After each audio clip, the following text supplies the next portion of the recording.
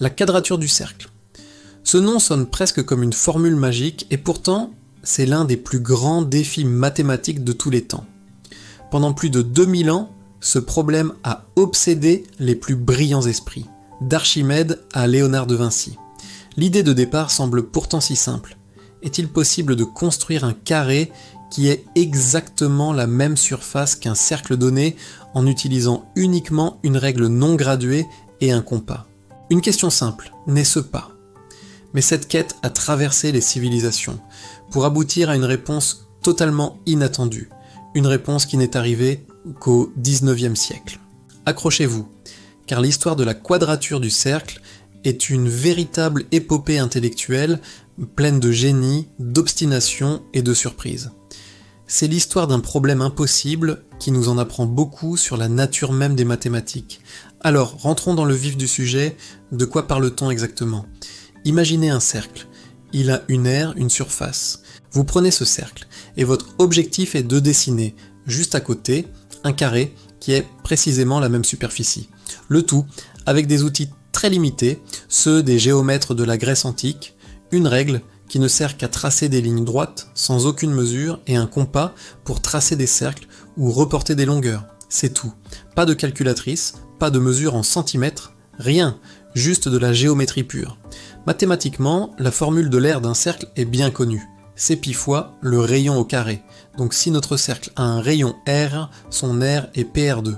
Pour que notre carré ait la même aire, le côté de ce carré, appelons-le C, doit être tel que son carré, C2, soit égal à PR2. En prenant la racine carrée des deux côtés, on trouve que la longueur du côté de notre carré doit être égale à R multiplié par la racine carrée de pi. Et c'est là que les ennuis commencent. Tout le problème réside dans ce fameux nombre, la racine carrée de pi. Avec une règle et un compas, on peut faire beaucoup de choses. On peut tracer des droites, des cercles, des segments de longueur donnée, des perpendiculaires, des parallèles, et même construire des formes complexes comme des pentagones réguliers. On peut aussi construire géométriquement des longueurs comme racine carrée de 2, racine carrée de 3, ou n'importe quelle racine carrée d'un nombre entier. Mais peut-on construire une longueur égale à la racine carrée de pi? C'est ça la vraie question. Les Grecs, avec leurs outils, ne pouvaient pas construire des nombres comme pi ou sa racine carrée. Ces nombres semblaient échapper à leur univers géométrique. Mais alors, pourquoi les Grecs se sont-ils acharnés sur ce problème? Pourquoi étaient-ils si convaincus qu'une solution existait? Pour le comprendre, il faut se plonger dans leur état d'esprit. Pour les mathématiciens grecs, la géométrie était reine. Ils pensaient que tout dans l'univers pouvait être décrit et construit par des formes géométriques pures. Les nombres n'étaient pas des entités abstraites comme aujourd'hui, mais des longueurs, des aires, des volumes. Ils avaient déjà réussi des prouesses incroyables avec seulement une règle et un compas. Par exemple, ils savaient dupliquer le carré, c'est-à-dire construire un carré dont l'aire est le double d'un autre carré. C'est d'ailleurs en faisant ça qu'ils ont découvert la racine carrée de 2. Ils savaient construire un hexagone régulier, parfaitement inscrit dans un cercle, ou diviser un segment en un nombre quelconque de parties égales. La géométrie leur semblait toute puissante. Pour eux, la quadrature du cercle n'était qu'un des 3 grands problèmes de l'Antiquité, aux côtés de la duplication du cube et de la trisection de l'angle. Ils avaient la conviction profonde que si on pouvait définir un problème géométriquement, alors il devait y avoir une solution géométrique. La quadrature du cercle était juste un défi un peu plus coriace que les autres, une énigme qui attendait le bon esprit pour être résolue. Des générations entières de mathématiciens se sont donc lancés dans cette quête, persuadés que la solution était à portée de main. Cette conviction a lancé une véritable chasse au trésor intellectuel qui a duré plus de 2 millénaires. Pendant des siècles, des milliers de personnes, des mathématiciens célèbres aux amateurs éclairés, ont proposé leur propre solution à la quadrature du cercle. Le problème est devenu si populaire que l'expression « chercher la quadrature du cercle » est entrée dans le langage courant pour désigner une tâche vaine, une mission impossible. C'est un peu l'ancêtre de vouloir le beurre et l'argent du beurre. La plupart de ces tentatives, bien sûr, étaient fausses. Elles contenaient souvent des erreurs de logique subtiles, ou, plus fréquemment, elles trichaient sans s'en rendre compte. Par exemple, certaines méthodes utilisaient des outils non autorisés, comme des règles graduées ou des courbes complexes qu'on ne peut pas tracer au compas. D'autres reposaient sur des approximations de pi. Beaucoup de gens pensaient que pi était un nombre simple, une fraction comme 22,7, qui est une bonne approximation mais pas la valeur exacte. En utilisant une approximation, on peut bien sûr construire un carré presque de la même aire, mais ce n'est pas le but. Le défi exige une précision parfaite, absolue. L'Académie des sciences de Paris, au XVIIIe siècle, a même arrêté d'examiner les propositions de quadrature du cercle, tant elle en recevait de farfelus. Et puis le coup près est tombé.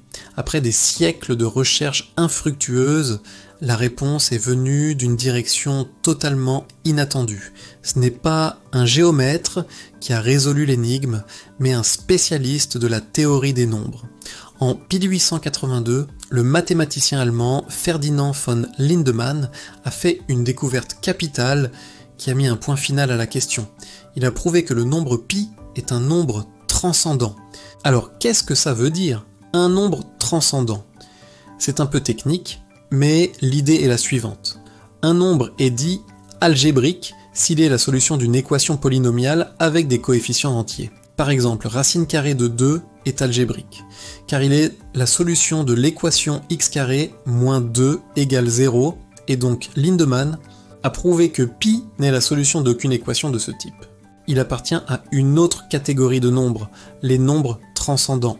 Or, il avait déjà été démontré que tous les nombres qui peuvent être construits à la règle et au compas sont nécessairement des nombres algébriques. La conclusion est donc implacable. Puisque pi est transcendant, il ne peut pas être construit avec une règle et un compas. Et si on ne peut pas construire une longueur liée à pi, comme la racine carrée de pi, alors il est mathématiquement impossible de réaliser la quadrature du cercle en respectant les règles du jeu fixées par les Grecs. Ce n'est pas que c'est donc très difficile ou qu'on n'a pas encore trouvé. Non, c'est impossible. C'est une impossibilité logique, démontrée, gravée dans le marbre des mathématiques. La quête de 2000 ans s'achevait sur un verdict sans appel. Alors, est-ce que ça veut dire qu'on ne peut absolument pas créer un carré de même aire qu'un cercle? Non, pas du tout.